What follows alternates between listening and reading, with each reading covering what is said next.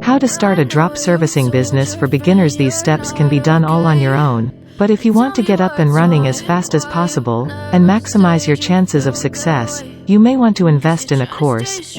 This course is hands down the most comprehensive. Cheap. After finishing this guide, make sure to check those out as well. Everyone has their own unique techniques, so it's helpful to see all your options before moving forward. Step 1. Brain dump drop servicing business ideas. Your first step is deciding which service. Cheap. After finishing this guide, make sure to check those out as well. Everyone has their own unique techniques, so it's helpful to see all your options before moving forward.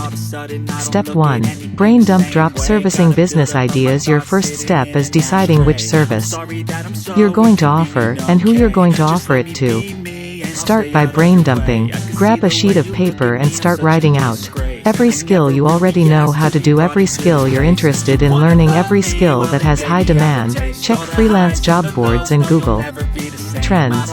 Every skill that has potentially high margins or wide pay ranges among freelancers. Try to turn off your filter during this exercise. There are no right or wrong answers. Just get all your ideas out on paper.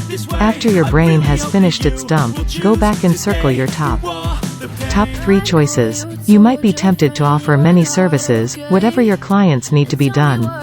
But I'd advise against this for now. It will make the next step overly complicated. My advice is to start with one specific service, then expand in the future based on demand.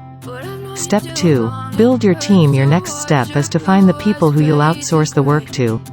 To keep things simple, start with one service provider. Or if you don't know how to do the skill yourself, you might also want to find a backup provider. Here are some places to look. Freelance marketplaces, e.g. Upwork, Fiverr, etc.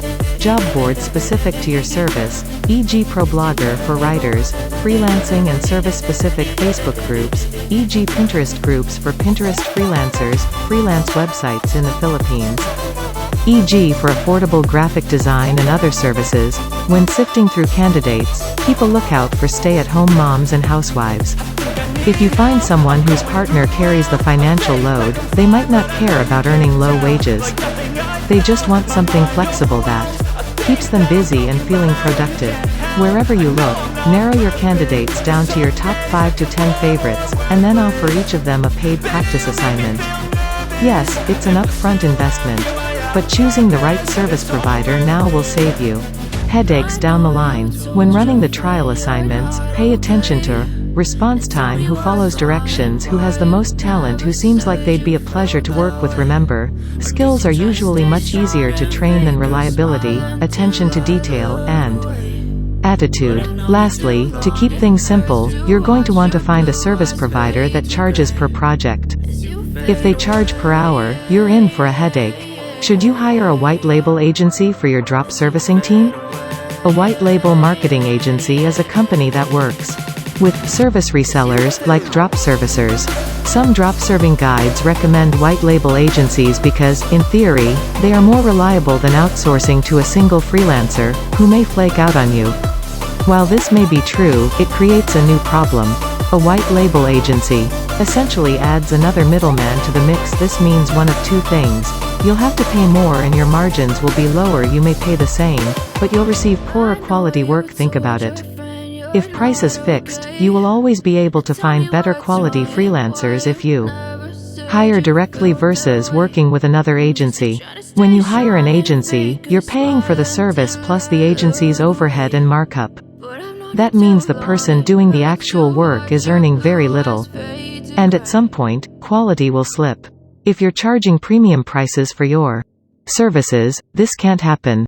So, while a white label agency seems convenient in theory, in most cases, adding in an extra middleman will throw off the math. Step 3. Train your team. As I mentioned, you might end up choosing a freelancer based on their work ethic, even if they aren't the most skilled. But if you're going to be charging clients top dollar for your services, you need to make sure your service provider can deliver. If you're an expert in the skill, you can teach them yourself. But if not, you might want to consider investing in a training program. For example, if you hire a cheap copywriter off Upwork, you could get them quickly trained with Copy Hour or copywriting course to make sure they're creating top-notch content. Check out my Copy Hour review to see what I mean. Yes, it'll be an upfront investment. But if you think of it in terms of how much time you'll save editing every week or the extra referrals you'll get from helping clients achieve awesome results, it's a small price to pay. Plus, you can train yourself as well. To avoid having your freelancers ditch you as soon as you pay for their training, sign course after working with you for 6 months. Note: I will earn a commission if you purchase through the links above. I have taken both courses multiple times, and they are hands down the best bang for your buck. Step 4. Find high-paying clients. Now for the fun part. This is easier said than done. Let's look at the best way to build up your drop servicing client roster. Remember, your profit will be. That means you have to find clients with the budget to afford your marked up prices.